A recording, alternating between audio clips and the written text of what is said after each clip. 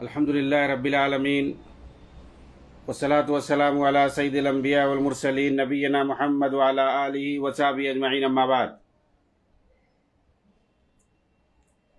محترم ناظرین کرام، پچھلے درس کے اندر بدعتیوں اور خارجیوں کے ایک شبہے کے بارے میں بیان کیا گیا تھا، لیکن اس پر پوری تفصیلی گفتگو نہیں کی گئی تھی۔ وہ یہ کہ نبی پاک صلی اللہ علیہ وسلم کی ایک حدیث ہے، افضل الجہاد کلمۃ حق عند سلطان جائر، کہ سب سے افضل جہاد ظالم حکمران کے پاس حق بات کہنا ہے۔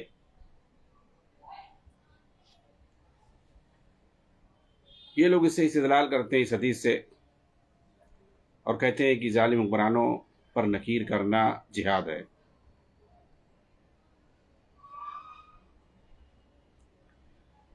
عام طور سے بدعتی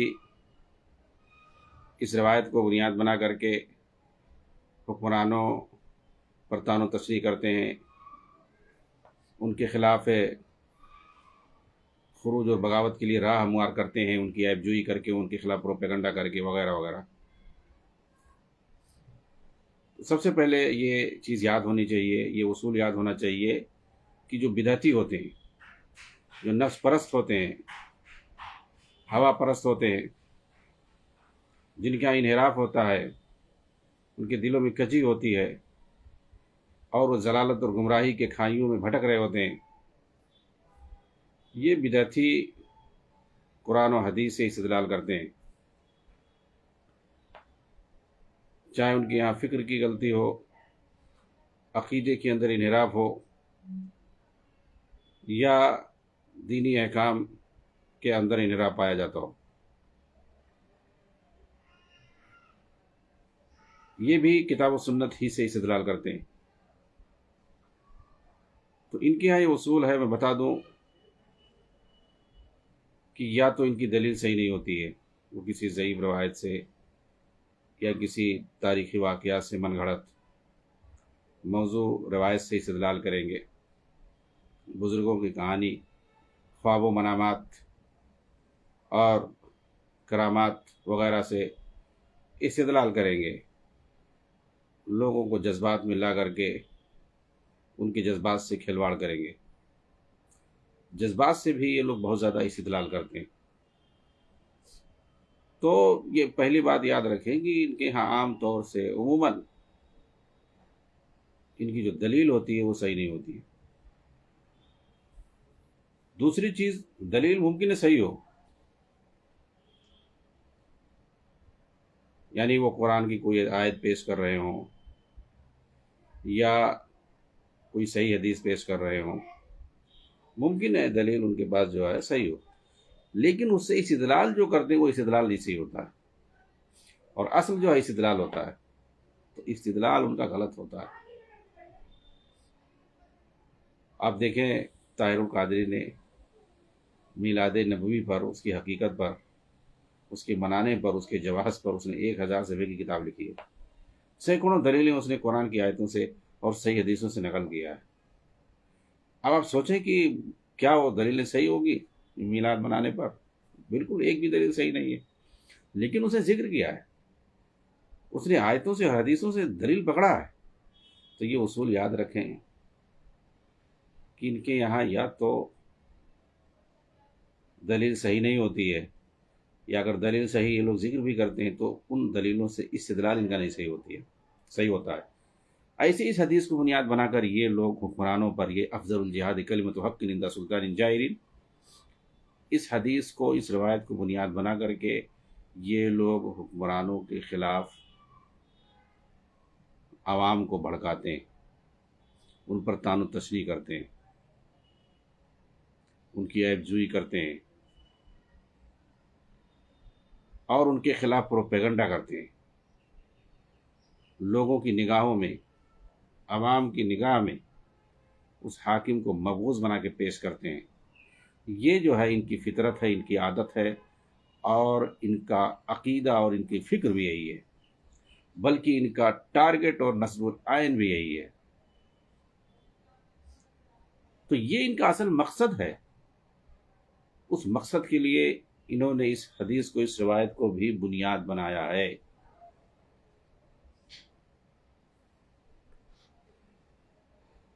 تو کیا یہ روایت جو ہے ان کے لیے دلیل ہے؟ حدیث تو صحیح ہے، لیکن ان کا استدلال غلط ہے کہ اس کو بنیاد بنا کر کے حکمرانوں پر طعن و تشنیع کیا جائے، مجلس سجا کر کے یا سڑکوں پر دھرنا دے کر کے ان کے خلاف خروج اور بغاوت کیا جائے، سب غلط۔ یہاں جو ہے جو بات کہی گئی کلمۃ حق، حق بات کہنا، آپ اس میں دیکھیں علماء نے اس سے استدلال کرتے ہوئے کہا ہے کہ یہاں مراد یہ ہے، کلمہ کا لفظ ہے کہنا، یعنی زبان سے کہنے کی بات ہے، اور زبان کے علاوہ اور کسی چیز کا استعمال نہیں کرنا، اسلحے کا استعمال یا اور کسی چیز کا۔ اور حق بات کرنا، بھلائی والی بات کہنا جو اس کے لیے بھلا ہو اور عوام کے لیے بھلا ہو، کیونکہ حق بات کہنے کی بات یہاں پر آئی ہے، اور یہ ایسی کوئی بات حکمرانوں کے تعلق سے کہہ نہیں سکتے ہیں جو ان کے حق میں بھلا ہو، ان کے لیے اچھائی ہو، ان کی توفیق اور ان کی اصلاح کے لیے دعا کبھی کر ہی نہیں سکتے ہیں، ان کے حق میں خیر خواہی کبھی رکھ ہی نہیں سکتے ہیں۔ یہ خوارج کی پہچان ہے، یہ بدعتیوں کی پہچان۔ یہ تو ان پر بد دعا کرتے ہیں، ان پر لعن طعن کرتے ہیں، ان کے خلاف خروج اور بغاوت کی راہ ہموار کرتے ہیں، عوام کے دلوں میں، ان کی نگاہوں میں اسے مبغوض بنا کر کے پیش کرتے ہیں، متنفر کرتے ہیں لوگوں کو، اس کے خلاف پروپیگنڈا کرتے ہیں، اس کے خلاف سازشیں کرتے ہیں، ملک کے اندر انقلاب برپا کرنے کے لیے، اس کے اقتدار کو ختم کرنے کے لیے۔ ان کا دین یہی، ان کا دھرم ہی سکھاتا ہے، ان کے سروروں نے یہی بتایا ہے کہ جہاں بھی رہو وہاں انقلاب اور اقامت دین کی کوشش کرتے رہو، بلکہ انقلاب برپا کرنے کی کوشش کرو۔ یہ چیز سید مودود کے یہاں پائی جاتی ہے، یہ چیز حسن بنا اور سید قطب کے یہاں پائی جاتی ہے۔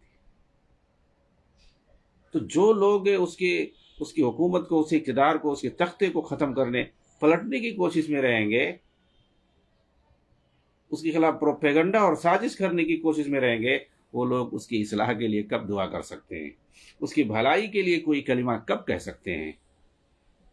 اگر اس کے اندر کوئی برائی پائی جاتی ہے، اس کے اندر کوئی کمی اور خامی پائی جاتی ہے، تو اس کے اصلاح کی یہ کوشش کبھی نہیں کر سکتے ہیں، بلکہ ان کی خواہش ہوگی کہ اس کے اندر اور برائیاں پیدا ہوں، تاکہ یہ اور جو ہے عوام کے سامنے کیس کروائیں اور اس کو بڑھا چڑھا کے پیش کریں۔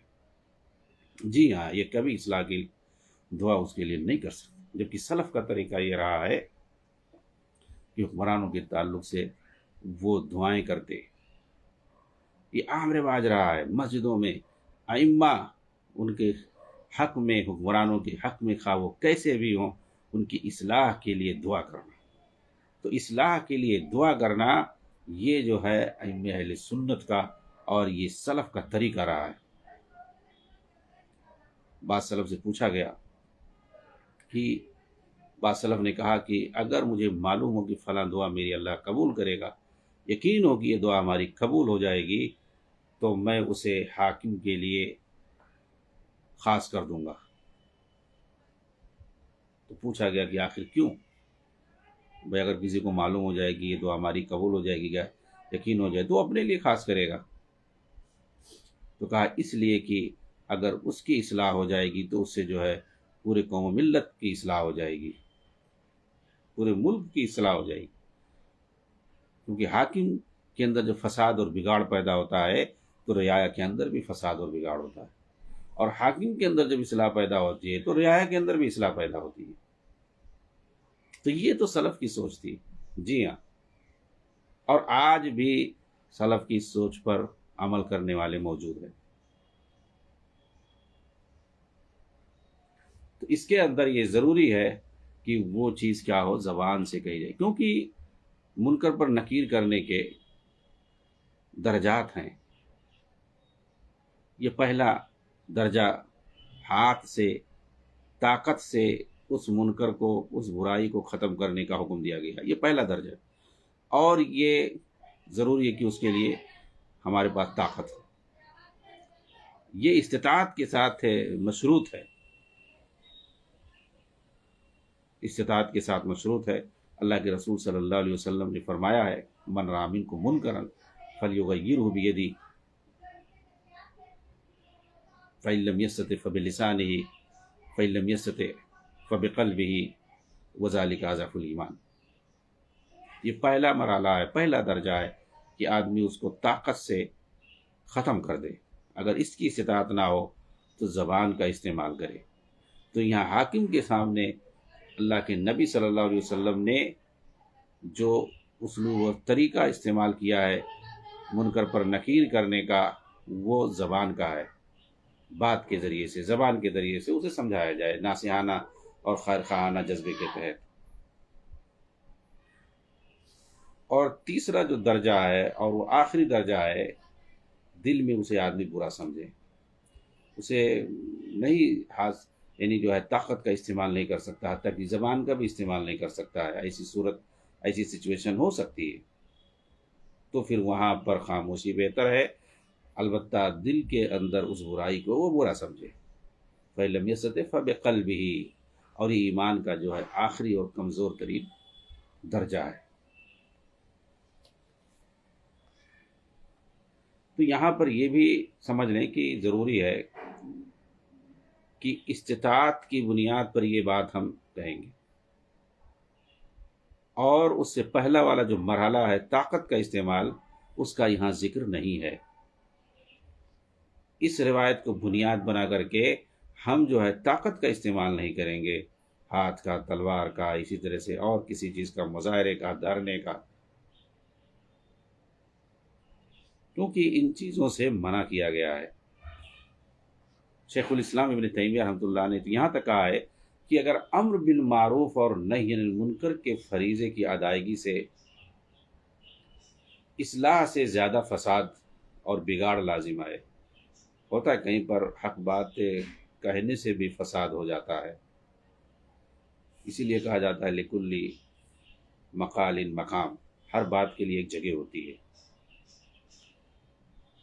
تو ابن تیمیہ رحمہ اللہ نے کہا ہے کہ اگر کہیں پر حق بات کہنے سے، بھلائی کا حکم دینے سے، برائی سے روکنے سے اصلاح سے زیادہ فساد اور بگاڑ کا خطرہ ہو، تو ایسی صورت میں خاموشی اختیار کی جائے گی، اور وہاں پر یہ مشروع نہیں ہے. یعنی آدمی جو ہے کہے کہ ہمیں بولنا ہی ہے، کچھ بھی ہو جائے، ہلاکت میں ڈالو. کہہ رہے ہیں کہ اسی لیے ائمہ اہل سنت نے فتنوں کے وقت قتال کرنے سے منع کیا اور اسے ناپسند کیا ہے، کیونکہ انہی فتنوں کو نفس پرست اہل بدعت امر بالمعروف اور نہی عن المنکر کا نام دیتے ہیں. فتنوں کے وقت جو ہے ان کی جو ہے بہار آتی ہے اور ان کو خوشی لاحق ہوتی ہے، اور اسی وقت یہ لوگ زیادہ بولتے ہیں. امر بالمعروف کا فریضہ یہ لوگ اسی وقت زیادہ انجام دیتے ہیں، فتنوں کے وقت.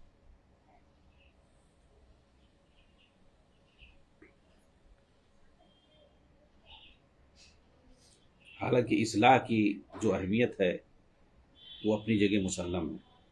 ابو الدرداء رضی اللہ تعالیٰ عنہ کی ایک روایت ہے، اللہ کے رسول فرماتے ہیں کیا تمہیں میں نماز، روزہ اور صدقہ و خیرات سے زیادہ افضل چیز نہ بتا دوں؟ تو صحابہ نے فرمایا کیوں نہیں اللہ کے رسول؟ تو آپ نے کہا صلاح ذات البین، آپس میں اتحاد کرا دینا، میل جول کرا دینا. یہ جو ہے صوم و صلات اور صدقہ و خیرات سے بھی افضل ہے، اور آپس میں پھوٹ اور اختلاف پیدا کرنا یہ دین کو موڑنے والی نہیں، دین کو ختم کرنے والی. اور دیکھیں اس روایت کے اندر جو بنیادی چیز ہے وہ کیا ہے جس سے لوگ بھاگتے ہیں؟ عند سلطان جائر، حق بات جو حاکم کے حق میں اور رعایا کے حق میں بھلائی کا باعث ہو۔ یہ جو حق بات کہی جائے، کلمت حقین، یہ کہاں کہی جائے؟ اس کے پاس کہی جائے، اس حاکم کے سامنے کہی جائے۔ اندہ کا لفظ آیا ہوا، اندہ سلطان الجاہل، اس کے پیٹھ کے پیچھے نہیں، اپنی نجی محفلوں میں نہیں، اسٹیج جمع کے نہیں، جلسہ جلوس میں نہیں، سڑکوں پہ دھرنا دے کر نہیں، بلکہ اسی کے سامنے۔ یعنی گویا اگر اس سے کچھ غلطی ہوتی ہے اور آپ وہاں موجود ہیں تو وہیں سامنے کہہ دیں، اگر آپ کے پاس طاقت ہے تو، اگر آپ کے پاس ہمت ہے تو آپ کہہ سکتے ہیں وہیں پہ۔ تو اس حدیث کے ضمن میں آپ آئیں گے، یہ اس کا جو ہے خلاصہ اسی کے پاس کہنے کی بات ہے۔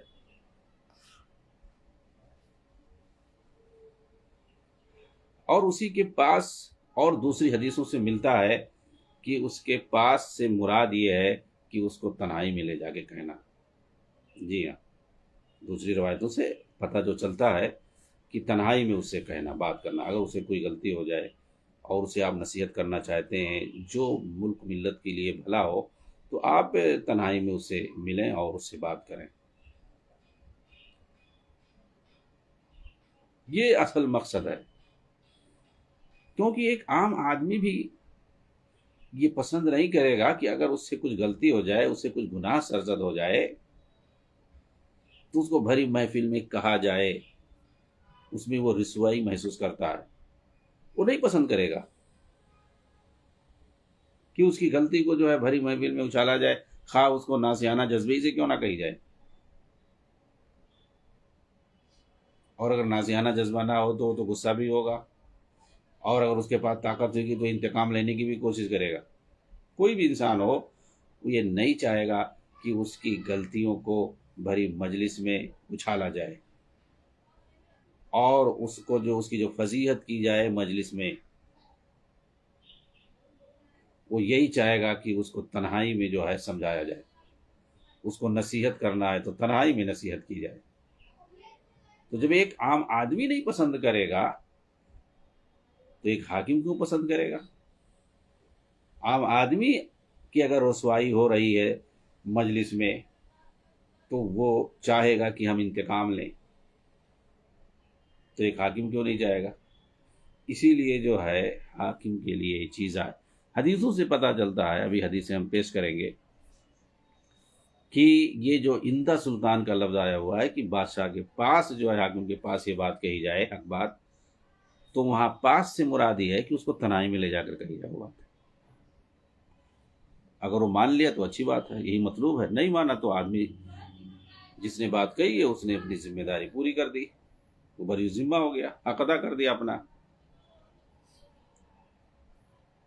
چنانچہ ایک لمبی روایت ہے، مسند احمد کی ہے، صحیح روایت ہے، اس کو میں جو ہے اردو میں اس کا ترجمہ پڑھ رہا ہوں۔ شریح ابن عبید کہتے ہیں کہ جب سیدنا ایاز ابن غنم نے داریہ کے اندر اس داریہ شہر کو فتح کیا تو اس کے گورنر کو کوڑے مارے۔ اس پر سیدنا ہشام بن حکیم نے انہیں تلخ جملے کہے، حتیٰ کہ ایاز ان سے ناراض ہو گئے۔ کچھ دن گزرنے کے بعد ہشام ان کے پاس دوبارہ آئے اور ان سے معذرت کر کے کہنے لگے، کیا آپ نے نبی پاک صلی اللہ علیہ وسلم کو یہ فرماتے ہوئے نہیں سنا کہ قیامت کے دن سب سے زیادہ سخت عذاب اس شخص کو ہوگا جو دنیا میں لوگوں کو سب سے سخت عذاب دیتا رہا ہوگا؟ اس پر سیدنا ایاز نے کہا، ہشام، جیسے آپ نے نبی سے سنا ہے اسی طرح ہم نے بھی سنا ہے، اور جیسے آپ نے دیکھا ہے ہم نے بھی دیکھا ہے، لیکن کیا آپ نے نبی پاک صلی اللہ علیہ وسلم کو یہ فرماتے ہوئے نہیں سنا کہ جو شخص کسی معاملے میں بادشاہ کی نصیحت کرنا چاہے تو سب کے سامنے نہ کرے؟ بادشاہ کو اگر نصیحت کرنا چاہتا ہے تو سب کے سامنے نہ کرے، بلکہ اس کا ہاتھ پکڑ کر اسے خلوت میں لے جائے۔ اگر بادشاہ اس کی نصیحت قبول کر لے تو بہت اچھا، ورنہ اس کی ذمہ داری پوری ہو گئی۔ اور اے ہشام، آپ تو بڑے جری آدمی ہیں، اللہ کی طرف سے مقرر ہونے والے بادشاہ کے سامنے بھی جرات کا مظاہرہ کرتے ہیں، کیا آپ کو اسے ڈر نہیں لگتا کہ بادشاہ آپ کو قتل کر دے اور آپ اللہ کے بادشاہ کے مقتول بن جائیں؟ سو معلوم ہونا چاہیے کہ یہاں پر نبی اکرم صلی اللہ علیہ وسلم نے افضل جہاد سے مراد حکمران وقت سے ہتھیار بند ہو کر مقابلہ کرنا نہیں بتایا، اس کے خلاف بغاوت کرنا نہیں مراد ہے، بلکہ یہاں پر مراد یہ ہے کہ اگر حاکم وقت کو برائی کا ارتکاب کرتے دیکھو تو اس کے سامنے نکیر کرو، اسے نصیحت کرو، اور یہ نصیحت حکمت اور موعظت کے ساتھ ہو، اس میں کوئی سختی نہ ہو، اور ایسی نصیحت نہ ہو جس سے اس کی رسوائی ہو، کیونکہ حدیث کے اندر آیا ہے کہ جو حاکم وقت کو ذلیل کرتا ہے تو اللہ تعالیٰ اسے ذلیل و رسوا کرتا ہے۔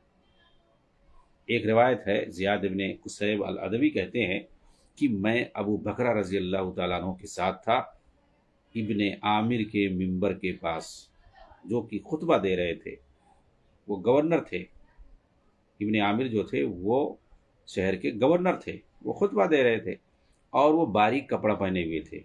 تو ابو بلال کہتے ہیں انظروا الی امیرنا یلبس ثیاب الفساق، یہ دیکھو اپنے جو گورنر ہیں یہ فاسقوں والا لباس پہن کے گھوم رہے ہیں۔ اب یہ کیا ہے؟ یہ تان و تشنیع ہے، یہ حاکم کی عیب جوئی ہے، اس طرح کہنا۔ تو وہاں پر دیکھیے صحابی رسول موجود تھے، ابو بکرہ رضی اللہ تعالیٰ عنہ، انہوں نے کیا کہا؟ ایک آدمی حاکم کے خلاف ایسی بات کہہ رہا ہے کہ فاسقوں والا لباس پہننے، تو انہوں نے کہا اسکت، تم خاموش ہو جاؤ، ایسی بات مت کہو، میں نے اللہ کے رسول سے یہ فرماتے ہوئے سنا ہے، من اہانا سلطان اللہ فی الارض اہانہ اللہ، جو اس زمین میں اللہ کے بادشاہ کو، اللہ کے حاکم کو رسوا کرے گا، قیامت کے دن اللہ تعالیٰ اسے رسوا کرے گا۔ یہ سنن ترمذی کے اندر روایت۔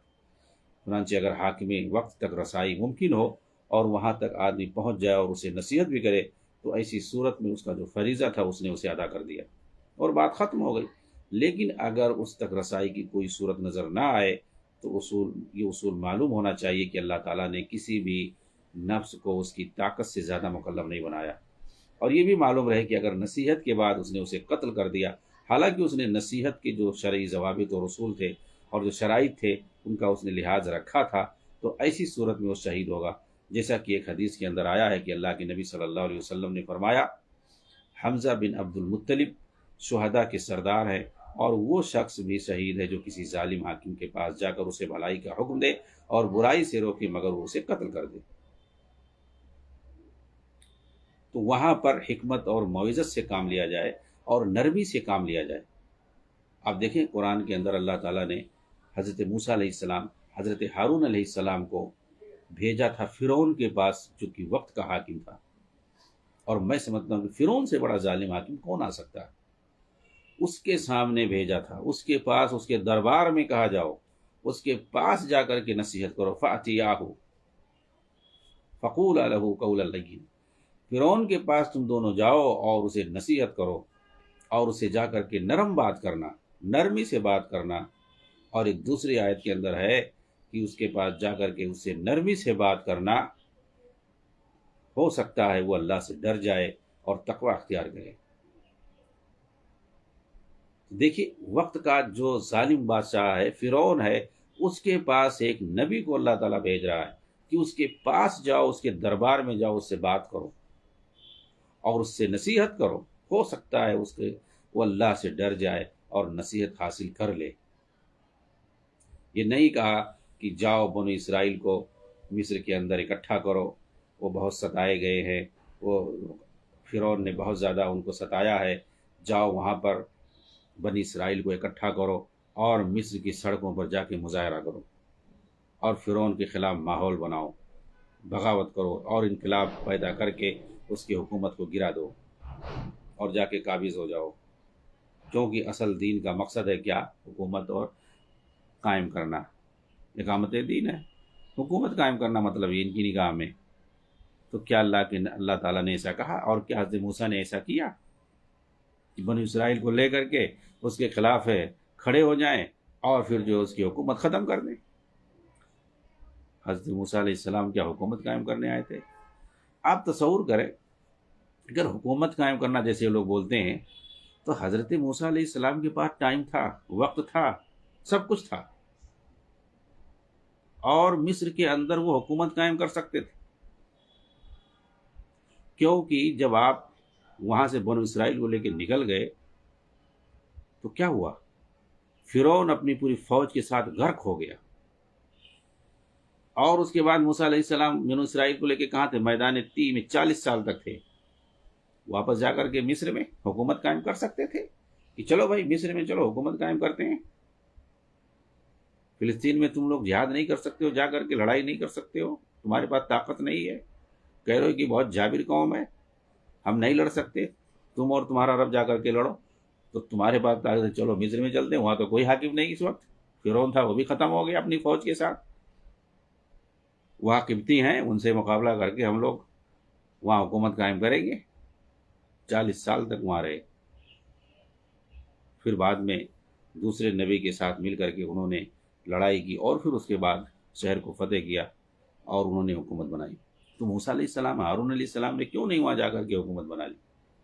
ارے حکومت ہی قائم کرنا تھا، یہ دونوں نبی کیوں نہیں گئے وہاں پہ؟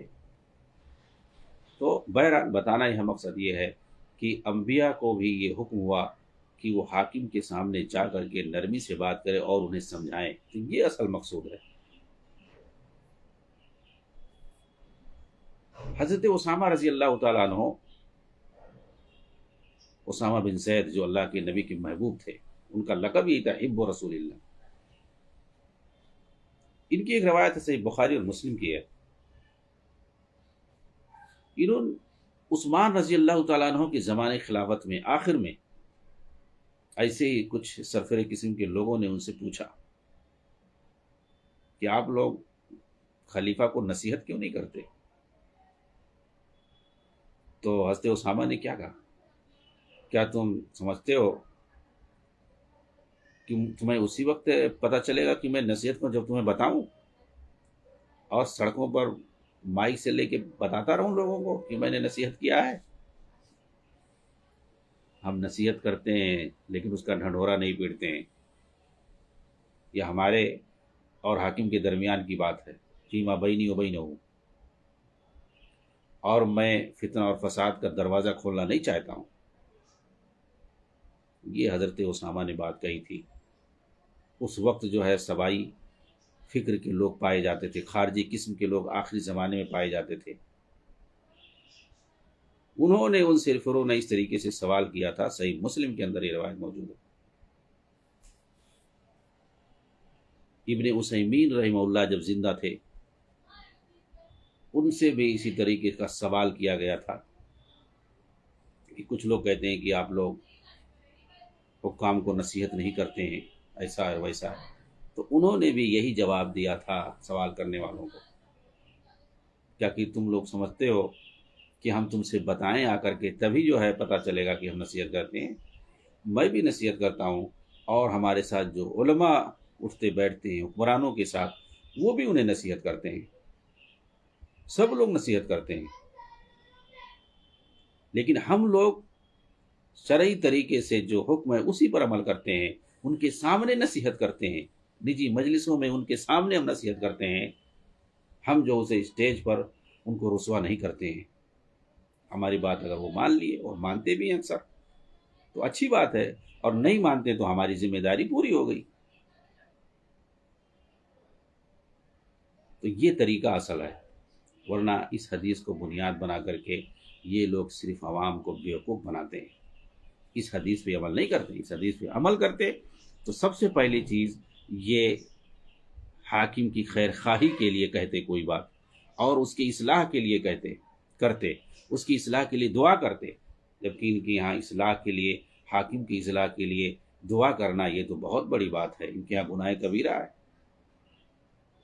یہ تو حاکم کے خلاف جو ہے لعن طعن کرتے ہیں، اس کو بد دعا دیتے ہیں،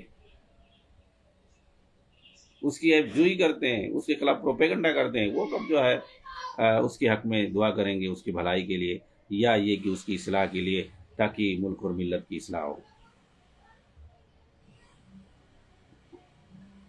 بہرحال ہمیں جو ہے اس تعلق سے محتاط رہنا چاہیے کہ اس روایت کو یہ لوگ دلیل بنا کر کے عوام کو اس طریقے سے بیوقوف بناتے ہیں، حالانکہ اس حدیث پر وہ بالکل عمل نہیں کر رہے ہوتے، اس کے خلاف عمل کرتے ہیں.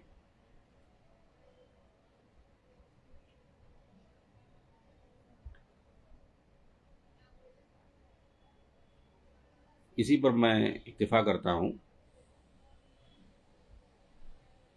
اور انشاءاللہ آگے مزید باتیں پیش کریں گے۔ السلام علیکم ورحمۃ اللہ وبرکاتہ۔